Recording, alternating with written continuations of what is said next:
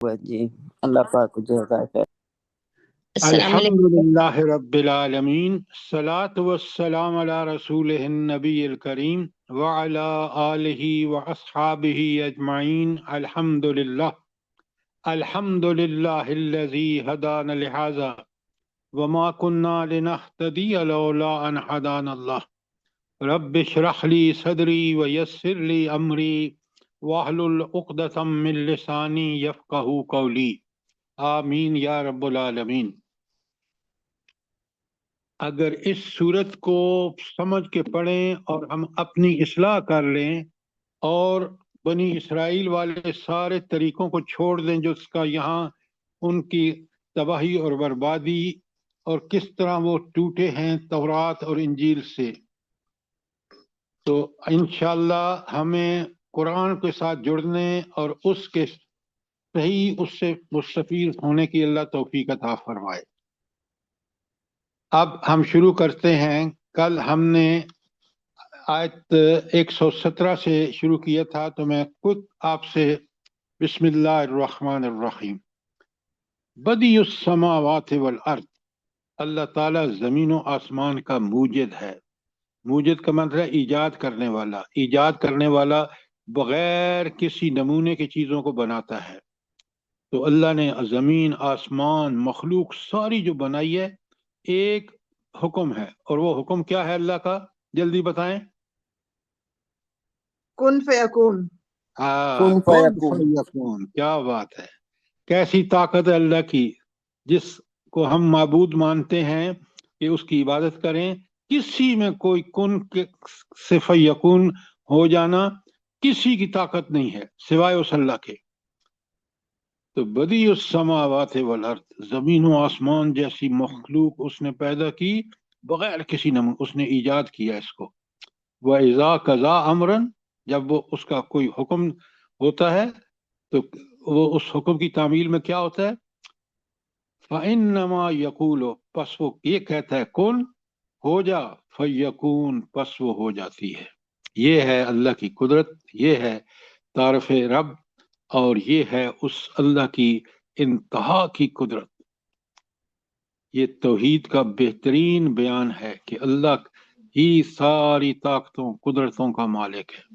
ذرا نوٹ فرمائیں، ایک آیت ہے لیکن اللہ کا تعارف کس طرح اس آیت میں دیا گیا ہے۔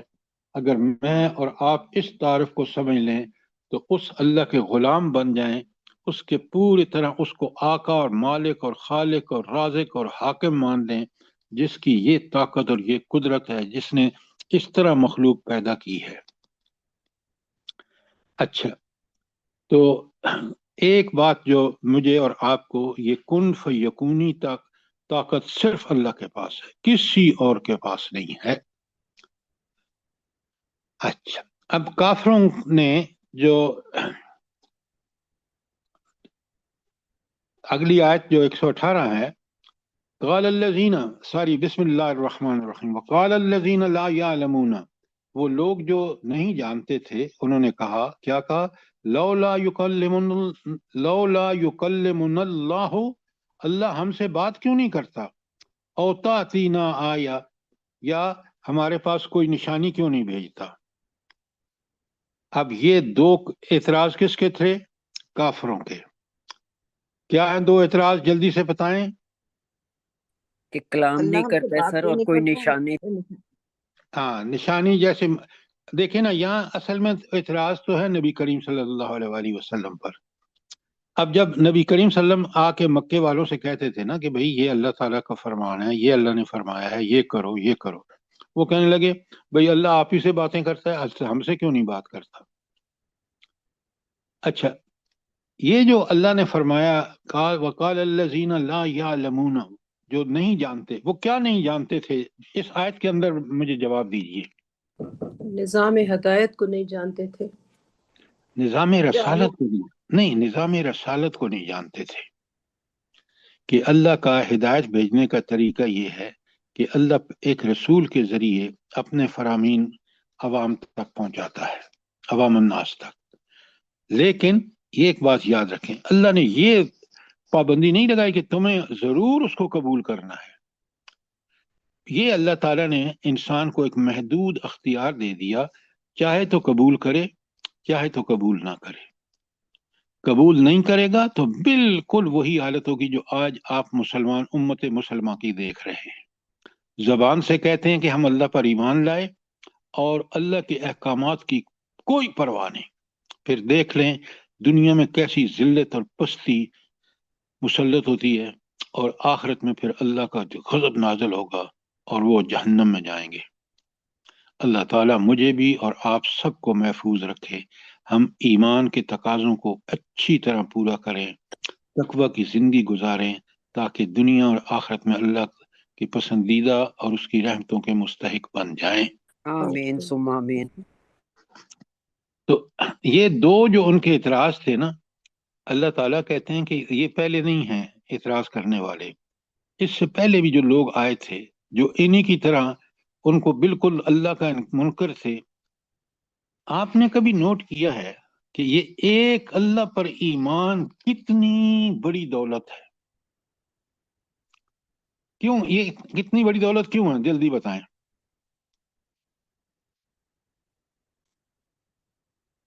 اللہ پر ایمان دنیا کی سب سے بڑی دولت ہے۔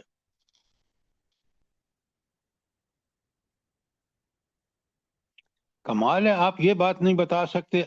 ہم ایماندار ہیں، اللہ نے ہمیں ایمان سے نوازا ہے، تو ایمان کا سب سے بڑا فائدہ کون سا ہے؟ اب بڑے غور سے سنیے اور بات کو سمجھیے۔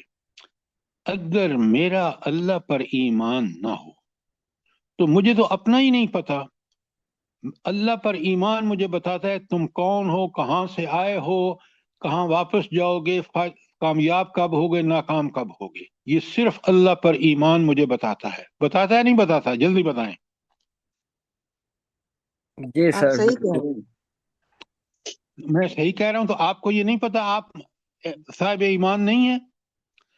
تو سارے مسائل دنیا میں جو انسان کو پیش آتے ہیں، اس کا سب سے بڑا جواب یہ ہے کہ یہ سب اس اللہ تعالیٰ کا کارنامہ ہے جس کی طاقتیں، قدرتیں، علم، اختیار بے مثال ہے۔ بِكُلِّ شَيْءٍ عَلِيمٌ عَلَى كُلِّ شَيْءٍ قدیر۔ تو اب یہ کیوں نہیں ہم سمجھتے کہ پھر آپ دیکھیں یہ جو اللہ پر ایمان، یہ توحید جو ہے، یہ سارے عقائد کی بنیاد ہے۔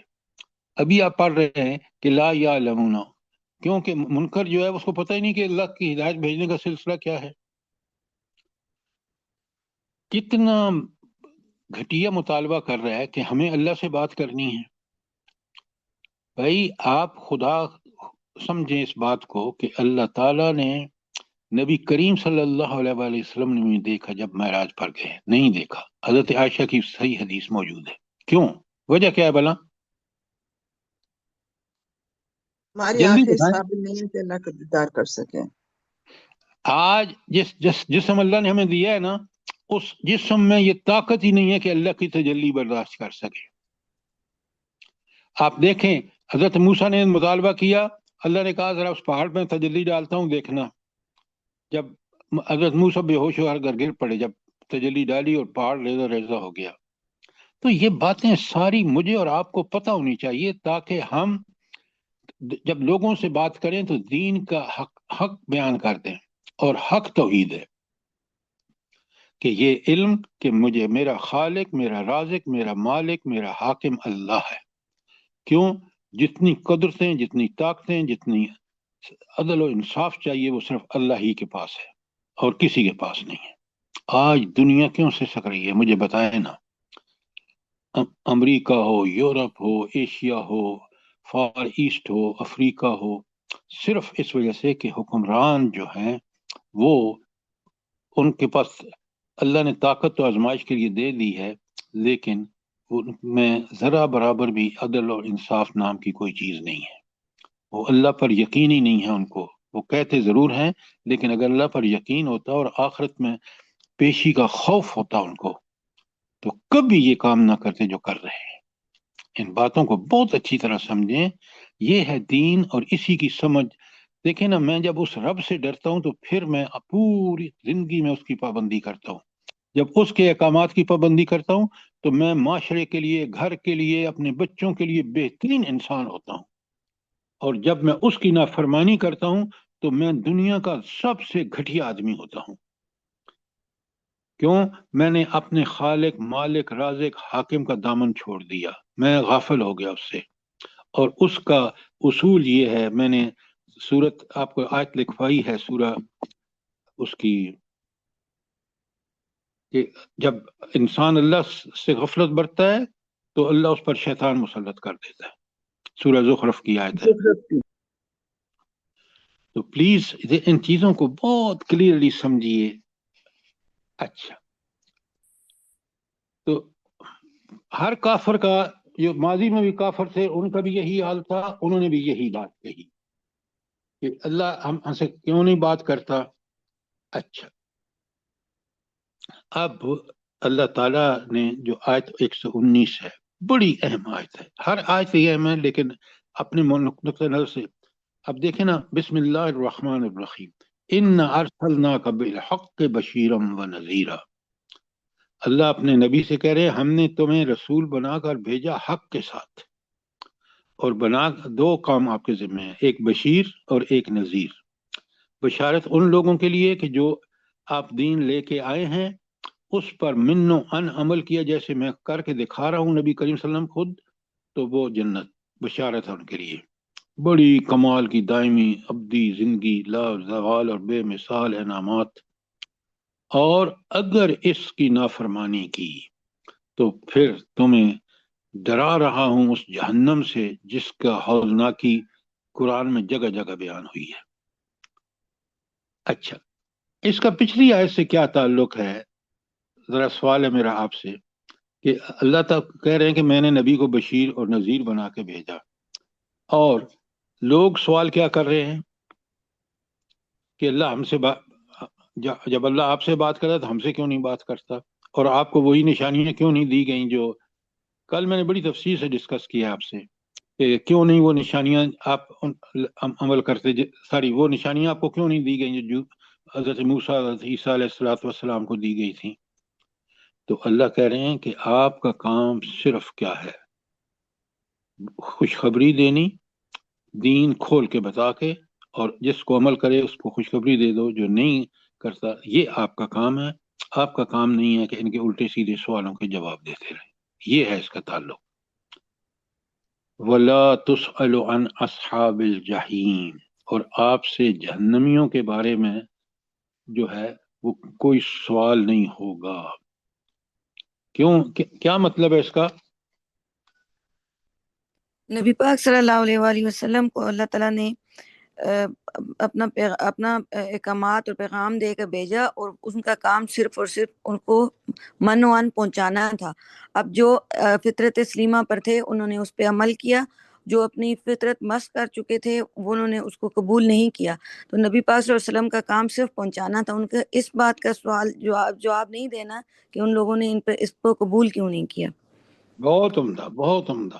تو اللہ ان سے یہ سوال نہیں کرے گا، اللہ تو پوچھے گا ہر آدمی سے، سارے رسولوں سے سوال ہوگا کہ تم نے ٹھیک ٹھیک پیغام پہنچا دیا؟ اس کے بعد ان کی ڈیوٹی ختم۔ اب جو قبول کریں گے ان کے لیے اور اس پہ عمل کریں گے، عمل بڑا ضروری ہے۔ ایمان کا ثبوت عمل ہے، اگر عمل نہیں ہے اس کے مطابق تو ایمان کا دعویٰ جھوٹا ہے، جو آج ہم مسلمانوں نے اختیار کر رکھا ہے۔ جو بنی اسرائیل نے، پوری صورت آپ پیچھے پڑھ کے آئے ہیں کہ بنی اسرائیل نے دعوے تو ان کو تھے کہ ہم اولاد ہیں ابراہیم علیہ السلام، یعقوب علیہ السلام کی اولاد ہیں، لیکن ان کے عمل بالکل ان کے مخالف تھے، اور کس طرح ان کی ذلت اور پستی کا اللہ تعالیٰ نے بتایا ہے کہ جب کوئی قرآن، اللہ کی کتاب جیسے آج قرآن ہے ہمارے پاس، جو کوئی قرآن کا بالکل اس کا حق ادا کرے گا اس کے لیے بشارت، اور جو اس قرآن کے مطابق عمل نہیں کرے گا وہ اپنے دعوی ایمان میں بھی جھوٹا ہے۔ دیکھیں نا، بقرہ کی شروع میں اللہ نے کہا لا ریب فی، یہ کتاب ایسی کہ اس میں کوئی شک و شبہ کی گنجائش ہی نہیں۔ پھر کمال یہ دیکھیں کہ اللہ تعالیٰ نے اپنے ذمے اس کی حفاظت لے لی. نحن نزلنا الذکر وإنا لہ لحافظون. کسی کتاب کی ضمانت نہیں لی اللہ نے جو پہلی بھیجی ہیں، صرف قرآن. کس لیے؟ کہ قیامت تک، کل قیامت میں لوگ یہ نہ کہیں کہ یار نبی کریم صلی اللہ علیہ وسلم پر جو کتاب نازل ہوئی تھی وہ تو بعد میں لوگوں نے چینج کر دی. نہیں، اللہ نے اس کی حفاظت اپنے ذمے لی، لہذا قیامت کے دن آپ سے اور مجھ سے سوال ہوگا. اور آیت 121 میں ذرا اب ہم آج کا شروع کرتے ہیں تاکہ ہم جو ہے، ہاں سوری 120 رہ گئی ہے. اچھا سر یہ 120 رہ گئی ہے. ہاں 120 کا میں نے آپ سے سوال یہ ہے، مجھے یہ بتائیں، پہلے میں ترجمہ کر دوں. بسم اللہ الرحمن الرحیم. وَلَن تَرْضَ عَنْكَ الْيَهُودَ وَالنَّصَارَى. یہود و نصارہ آپ سے ہرگز راضی نہیں ہوں گے، حَتَّى تَتَّبِعَ مِلَّتَهُمْ، یہاں تک کہ آپ ان کے طریقے پر نہ چلیں. یہ آج ہر دور میں دیکھ لیں، اور آج تو آپ کو سامنے نظر آ رہا ہے کہ یہود و نصارہ دونوں یہ چاہ رہے ہیں کہ مسلمان وہی کچھ کریں جو ہم کر رہے ہیں، پھر تو ان کے طریقے پر چلیں گے کہ اللہ کی نافرمانی کرنے سے ذرا بھی چوکیں گے نہیں، تو وہ ان کے بڑے ان کے دوست بن جائیں گے. لیکن اگر اللہ کے پیچھے چلیں گے، کیوں؟ قل ان ہدی اللہ هو الہدی. ہدایت تو ان بنی اسرائیل کے پاس نہیں، ہدایت صرف اور صرف اللہ کی ہے. اور وہ آج ہدایت کس میں ہے؟ قرآن کریم میں اس سارے اصول، ضابطے، قاعدے بیان کر دیے گئے برحق، اور نبی کریم صلی اللہ علیہ وسلم نے اس پر عمل کر کے بتا دیا. وَلَئِنْ اتَّبَعْتَ أَهْوَاءَهُمْ، اگر آپ ان کی خواہشات نفس کے پیچھے چلیں گے، بعد الذی جاءک من العلم، العلم جب کہ تمہارے پاس علم آ گیا، العلم قرآن کا علم ہے، ما لک من اللہ من ولی ولا نصیر. تو اگر تم نے خواہش نفس کے پیچھے چلے تو پھر نہ اللہ تمہارا ولی ہوگا نہ تمہارا مددگار ہوگا. اچھا، اب مجھے ایک سوال کا جواب دیں، انسان نفسانی خواہشات کے پیچھے کب چلتا ہے؟ یہ بڑا اہم سوال ہے. جب شیطان کا کہنا مانتا ہے اور راستے سے قرآن اور بھٹک سنت سے جاتا ہے، دور قرآن ہوتا اور ہے، اس کو حدیث کا چھوڑ دیتا راستہ جب چھوڑ دیتا ہے. العلم کو چھوڑتا ہے نا، اور جی العلم کے مطابق کام عمل کرنا چھوڑ دیتا ہے، تو وہ خواہشات نفس کے پیچھے چلتا ہے. ذرا آیت کے اندر رہیں نا، قرآن اتنی اہم چیز ہے کہ اس سے رابطہ آپ کا ختم ہوا. وَمَنْ أَعْرَضَ عَنْ ذِكْرِي فَإِنَّ لَهُ مَعِيشَةً ضَنْكَ. اللہ تعالیٰ فرماتے ہیں ہم اس کی زندگی تنگ کر دیتے ہیں جو اس قرآن سے منہ موڑتا ہے. آج دیکھ لیں مسلمانوں کی زندگی کتنی تنگ ہے. آپ نام ہم نے اسلام آباد رکھا ہے، لیکن یہاں آپ دیکھ لیں کہ اسلام نام کی کوئی چیز نہیں ہے، اور دن میں بھی لوگ گھروں کے اندر سے کنڈیاں لگا کر بیٹھتے ہیں کہ کہیں کوئی چور ڈاکو نہ آ جائے. آپ سوچیں، یہ ہے قرآن. اگر قرآن پہ عمل کرنے والے ہوتے تو ہر مومن جب دوسرے کا اور امانت اور دیانت کا اس کا کاروبار ہوگا، اس میں امانت اور دیانت نظر آئے گی، وہ کبھی سوچ بھی نہیں سکتے کہ وہ کسی کی مال، عزت یا جان پر حملہ کرے گا. اللہ اکبر، کتنا اللہ کا. قل ان ہدی اللہ هو الہدی، ان سے کہہ دو کہ ہدایت تو بس اللہ کی ہدایت ہے. تو خواہش نفس جب انسان شیطان کے پیچھے چل رہا ہوتا ہے تو انسان بھی انہیں بری خواہشات کو ہی تو اس کو خوبصورت بنا کے دکھاتا ہے. طاغوت کے پیچھے چل رہا ہے. تو آج مسلمان حکمران یہ سمجھتے ہیں، سنیں غور سے، اللہ تو ان سے کہتا ہے کہ تم نے حکومت کرنی ہے تو پھر اللہ کے بتائے ہوئے قانون، اصول، ضابطے اور قاعدے اور رسول صلی اللہ علیہ وسلم کے طریقے پر چلنا ہوگا. جب اس سے منہ موڑ دیتے ہیں تو پھر اصل میں وہ اپنی خواہشات نفس کے پیچھے چل رہے ہیں. یہ بات اچھی طرح سمجھیں، نہیں سمجھ آئی تو سوال کریں. نمبر 1، جب وہ شیطان کے پیچھے بھی چل رہے ہیں تو شیطان ان کی بری خواہشوں کو خوبصورت بنا کے دکھاتا ہے، لہٰذا وہ شیطان کے پیچھے چلنا بھی خواہش نفس کے پیچھے چلنا ہے. نمبر 2، جب حکمرانوں کو دیکھیں نا کہ وہ اب امریکہ کے کیوں پٹھو بنے ہوئے ہیں، وہ صرف اس لیے کہ ان کو پتہ ہے کہ ساری دنیا میں جو کنٹرول ہے میڈیا پر، ادارے، world bank, Asian development bank, United nation, کوئی بھی چیز ہو، اس میں عمل دخل کا کنٹرول یہودیوں کا ہے. لہذا وہ یہودیوں کی مرضی کے پیچھے چلتے ہیں، یعنی ان کی خواہش نفس، کیونکہ اللہ کے اطاعت نہیں ہے، لہذا ان کی خواہش نفس بھی بالکل وہی ہے جو ان کی اپنی مرضی کے مطابق ہے. تو انسان خواہشات نفس کے پیچھے، چاہے وہ اپنے مفاد کے لیے یا دنیا پرستی کے لیے چل رہا ہو، تکبر کی وجہ سے چل رہا ہو، شیطان کے پیچھے چل رہا ہو، طاغوت کے پیچھے چل رہا ہو، اس الٹیمیٹلی بات خواہش نفس تک ہی پہنچتی ہے.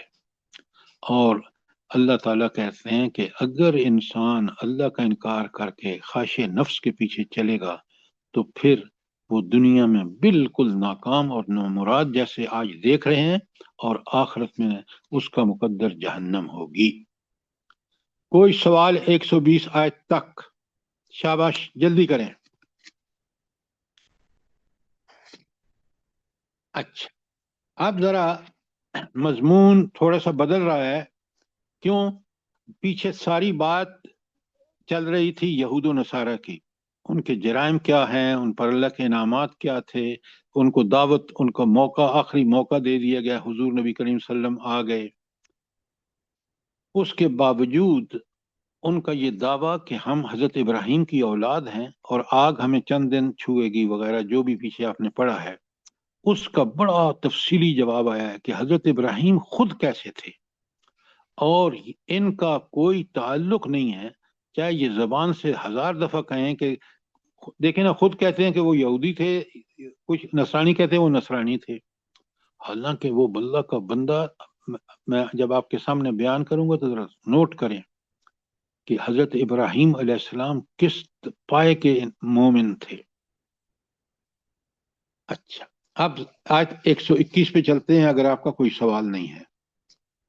اور میں نے کل 2 ہینڈ آؤٹ بھیجے ہیں آپ کو، ایک ہے تلاوت کے آداب، اور دوسرا تلاوت قرآن ہے کیا چیز. آپ نے پڑھ لی ہے سب نے؟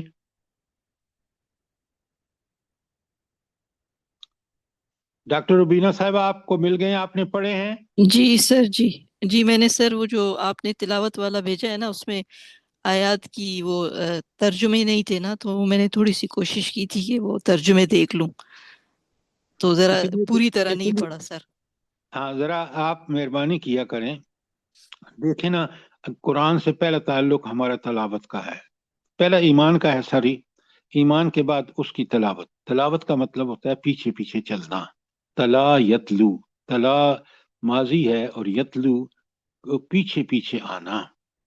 تو تلاوت کا صحیح مفہوم یہ ہے کہ قرآن پڑھ کے سمجھ کے اس کے مطابق عمل کرنا. یہ ہے قرآن کا مقصد، یہ ہے نزول قرآن کا مقصد. اور میں نے وہ ساری آیتیں آپ کو بھیج دی ہیں. ترجمہ بعض کا میں نے اس لیے نہیں لکھا کہ تاکہ آپ خود قرآن کو تو پڑھیں. اچھا، اب بالکل صحیح سر. یہ بڑی اچھی ایکسرسائز ہوتی ہے سر، یہ بہت اچھا طریقہ. صرف ایک ہینڈ آؤٹ ملا ہے آداب تلاوت پہ، اور اس کے ساتھ دوسرا بھی ہینڈ آؤٹ ہے. دوسرا تو نہیں ہے، یہ حضرت ابراہیم کی سیرت کا البتہ ہے، وہ 20 پیجز کا الگ ہے. یہ میں نے آپ کو سنیں، میرے پاس ریکارڈ ہے نا. ایک تو میں نے آپ کو آداب تلاوت ملے ہیں نادرہ بھابھی آپ کو کہ نہیں؟ آداب تلاوت ملا ہے نہیں جی ملا؟ ہم یہ تو ملے ہیں اور یہ پڑھے بھی ہیں الحمدللہ. اچھا، دوسرا ہے تلاوت کی اہمیت، حیثیت قرآن کی نظر میں. نہیں، یہ نہیں ملا سر، یہ تو نہیں ملا سر، ملا ایسا یہ تھی. بھی. اب کچھ کہہ رہے ہیں ملا ہے. ایسا کرو بھائی، جلدی سے ادھر آؤ، میں ابھی بھیج رہا ہوں، خدا کے لیے ان کو پڑھیں اور ان آیات کے ترجمے لکھیں تاکہ آپ کو یہ جو کل آپ نے بھیجا نا، کچھ لوگ کہہ رہے ہیں کہ آداب تلاوت تو مل گیا ہے، یہ نہیں ملا. تلاوت کی اہمیت اور حیثیت قرآن کی نظر میں. فٹافٹ دونوں کو دوبارہ بھیجیں، ٹھیک ہے سر سب سے آخر میں یہ لکھا ہوا ہے تلاوت کی اہمیت اور حیثیت قرآن کی نظر میں. لکھا ہوا ہے نا. جی سر، اور اس میں 2-3 آیات کے حوالے ہیں، آل عمران، عنکبوت کے 2 مرتبہ۔ جی سر، جزاک اللہ۔ اسی میں ہے سر، وہ تو الگ سے نہیں۔ الگ سے تو مت نہیں ہے۔ بھیجیں، مت بھیجیں، اب لوگ پڑھے نہیں تو میرا کیا قصور ہے؟ لوگوں نے دیکھا ہی نہیں اس کو کھول کے کہ اس میں یہ موجود ہے۔ نہیں، ہم اللہ، نے میں سمجھی تھی کہ 2 الگ الگ ہیں۔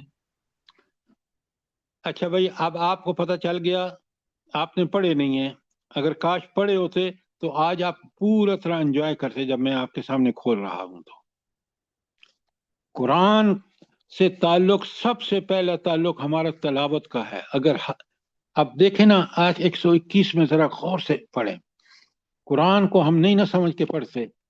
آج 121 میں اللہ تعالیٰ فرماتے ہیں، بڑے غور سے دیکھیں، بڑے غور سے دیکھیں، الذین آتیناہم الکتاب، وہ لوگ جن کو ہم کتاب دیتے ہیں، یتلونہ، اس کی تلاوت کرتے ہیں، حق کا تلاوت ہی، جیسا تلاوت کرنے کا حق ہے۔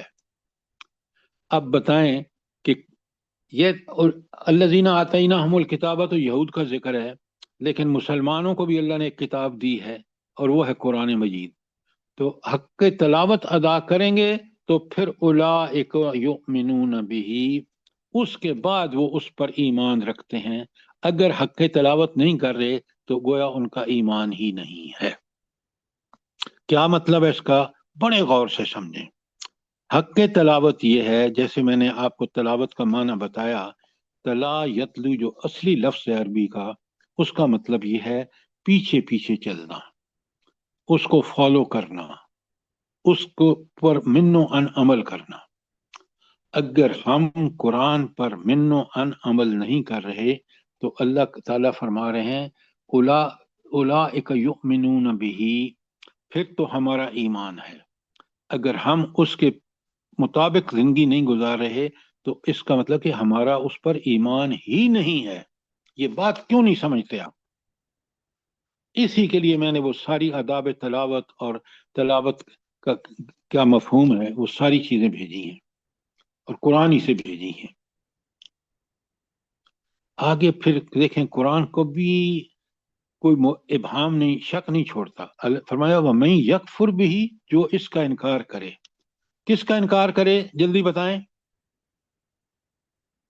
حق تلاوتی کا۔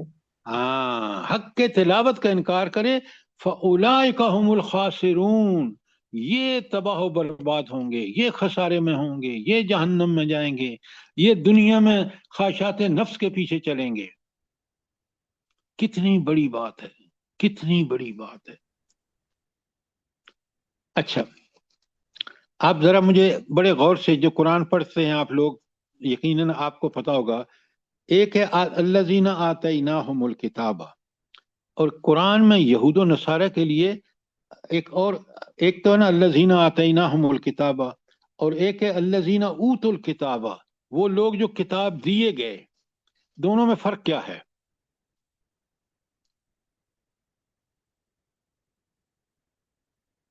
بڑے غور سے سنیں۔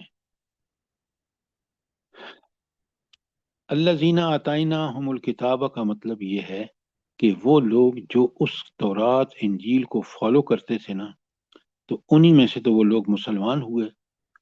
کیوں؟ وہ اس کا حق ادا کرتے تھے تلاوت کا، ان کو سمجھ تھا۔ تو یہ ہے اوت الکتاب، جو کتاب کا حق، تلاوت کا حق ادا کرتے ہیں۔ لیکن یہ جو دوسرے لوگ ہیں، کون؟ الذین اوت الکتاب، جن کو کتاب دی گئی، انہوں نے اس کا حق تلاوت ادا نہیں کیا، تو گویا کتاب تو ان کو ملی لیکن کتاب کا انہیں حق تلاوت ادا نہیں کیا۔ لہٰذا یہ وہ یہود و نصارہ ہیں جنہوں نے نبی کریم صلی اللہ علیہ وآلہ وسلم کا انکار کیا، قرآن کا انکار کیا، تعصب میں مبتلا ہو گئے۔ اس بات کو سمجھیں، سوال کریں جتنے مرضی ہے۔